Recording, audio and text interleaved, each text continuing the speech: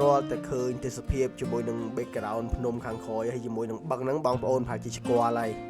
ស្គាល់មិនស្គាល់ជាពិសេសអ្នកតាពាំងដើកអ្នកជុំវិញអ្នកភូមិស្ទឹងអ្នកថ្នោតជុំអីហ្នឹងប្រហែលជាស្គាល់ទីតាំងមួយហ្នឹងហើយគឺទំនប់ទឹកខ្ពកត្របែករបស់យើងនឹងឯងភ្លៀងហើយថ្មីហ្នឹងគឺទេសភាពវាស្អាតណាស់ហើយជីវិតខ្ញុំអត់ឆ្ងាយពីខ្ពកត្របែកហ្នឹងទេបងប្អូនហើយគឺវិលទៅវិលមកគឺនឹងឯងមួយអាទិត្យមក5 6 ដង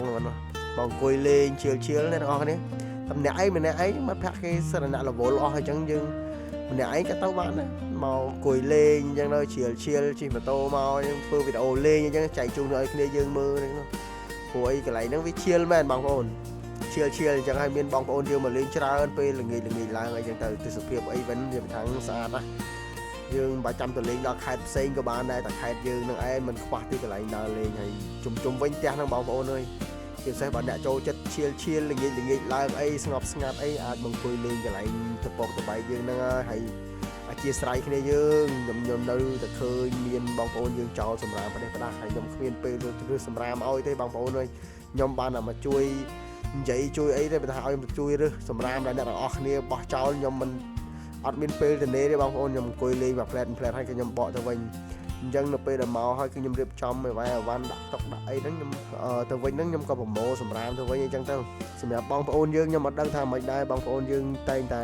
ពិសេសឃើញបងប្អូនសិស្សសាលាច្រើនហើយស្ទៀវពីច្រើនគាត់មកហ្នឹងគឺគាត់អត់បានគិតអីច្រើនទេបងប្អូនគាត់មកបានមានកំប៉ុងស្ទីងមានអីចឹងទៅមានហូបនេះហូបនោះអីតិចតួចអីចឹងទៅហូបហើយគាត់ក៏បោះចោលពីពេញហ្នឹងអីទាំងខ្ញុំអត់ដឹងថាថាមិនទេព្រោះម្នាក់សិតតែបានចូលសាលាព្រោះក្មេងសម័យឥឡូវមិនមែនអត់ចូលសាលាទេមិនមែនសម័យមុនទេអញ្ចឹងខ្ញុំអត់អាចទៅថាយ៉ាងណាយ៉ាងណីបានទេព្រោះភាគច្រើនសិតតែអ្នកបានចូលសាលាទាំងអស់ប៉ុន្តែឃើញការគិតរបស់ពួកគាត់នៅខ្សោយមែនតើខ្សោយត្រង់ថារឿងសម្រាមមួយពួកគាត់គ្រប់គ្រងអត់បានត្រឹមត្រូវទេតាមពិតទៅមិនថាមិនតើក្មេងៗបងប្អូនទេតែមនុស្សធំយើងហ្នឹងក៏អញ្ចឹងដែរមកហូបលេងមកអង្គុយលេងហើយហ្នឹងគឺខ្ញុំឃើញផ្ទាល់ភ្នែកបងប្អូនមនុស្សធំក៏មានមនុស្សក្មេងៗក៏មានដែរបងប្អូនក៏មានដែរមកហើយធ្វើអីហូបចុកហើយឬក៏ហូបចុកនេះនោះហើយទៅបាត់អាសម្រាមនៅរីប៉ាយពេញហ្នឹងអត់ខ្វល់អត់ខ្វាយអញ្ចឹងណា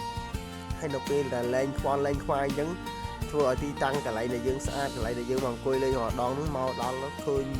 មានសម្រាមសខ្បោះអញ្ចឹងម្នាក់ក៏ទាំងគេទាំងខ្ញុំតែមកដល់ឃើញសម្រាមពីពេញអារម្មណ៍លែងសូវល្អបងប្អូនហើយថ្ងៃហ្នឹងអត់មានអីទេគ្នាយើងថ្ងៃហ្នឹងមកអង្គុយលេងទេថ្ងៃល្ងាចឡើងអង្គុយលេងឈៀលសម្រាប់ពីការងារបន្តិចហើយយើងអង្គុយឈៀលធ្វើអីហូបឆុងមីដាក់តកូនដាក់អីហ្នឹងទៅហូបមកសន្ទុះហើយខ្ញុំបកមកផ្ទះវិញអង្គុយធ្វើការតបងប្អូនព្រោះដោយសារយើងជាការងារ design graphic designer ជា freelancer អញ្ចឹងបងប្អូនយើងឆ្លៀតពេលទៅនេះផ្លែត1ម៉ោងកន្លះម៉ោងអីហ្នឹងមកអង្គុយលេងឈៀលអំហើយអារម្មណ៍ហើយអាងតបកទៅវិញទៅផ្ទះទេបងប្អូនហើយវីដេអូរបស់យើងថ្ងៃហ្នឹងគឺអត់មានអីទេគ្រាន់ចង់បង្ហាញបងប្អូនថាទីតាំងយើងនេះគឺមិនបាច់ចាំទៅដើរលេងនៅណាឆ្ងាយទេតាពកតបែករបស់យើងហ្នឹងក៏ឈៀលបានដែរល្ងាចឡើងហ្នឹងសម្រាប់អ្នកដែលចូលចិត្តទេសភាពបែបស្ងប់ស្ងាត់បែបឈៀលអីមើលថ្ងៃលិចអីគឺត្រូវហើយនៅពកបែកយើងនេះបើបងប្អូនយើងមកចេះដឹងហើយគាត់ដឹងថាកន្លែងហ្នឹងគឺពិតជាឈៀលមែនតើវាស្រស់ស្រាយវាមើលថ្ងៃលិចមើលអីចឹងណាអញ្ចឹងបងប្អូនយើងមកឲ្យមេតាព្យាយាមសម្រាមកុំបោះចោលប្រទេសផ្ដាស់ខ្ញុំដូចជាមីដូចជាអីនេះពេលខ្ញុំបកទៅវិញគឺខ្ញុំខ្ចប់មកថងហើយខ្ញុំយកទៅចោលនៅកន្លែងកំណត់សម្រាមដែលគេដុតក្បែរអាមាត់ច្រកគេចូលបងប្អូនមាត់ច្រកគេចូលកន្លែងផ្លូវគោក្រហមបាត់ចូលបាត់ស្ដាមចូលមកហ្នឹងឯងគឺមានឃើញតែមានកំណត់សម្រាមដុតឲ្យវីដេអូយើងក៏មានតែប៉ុណ្្នឹងដែរអរគុណច្រើនបាទ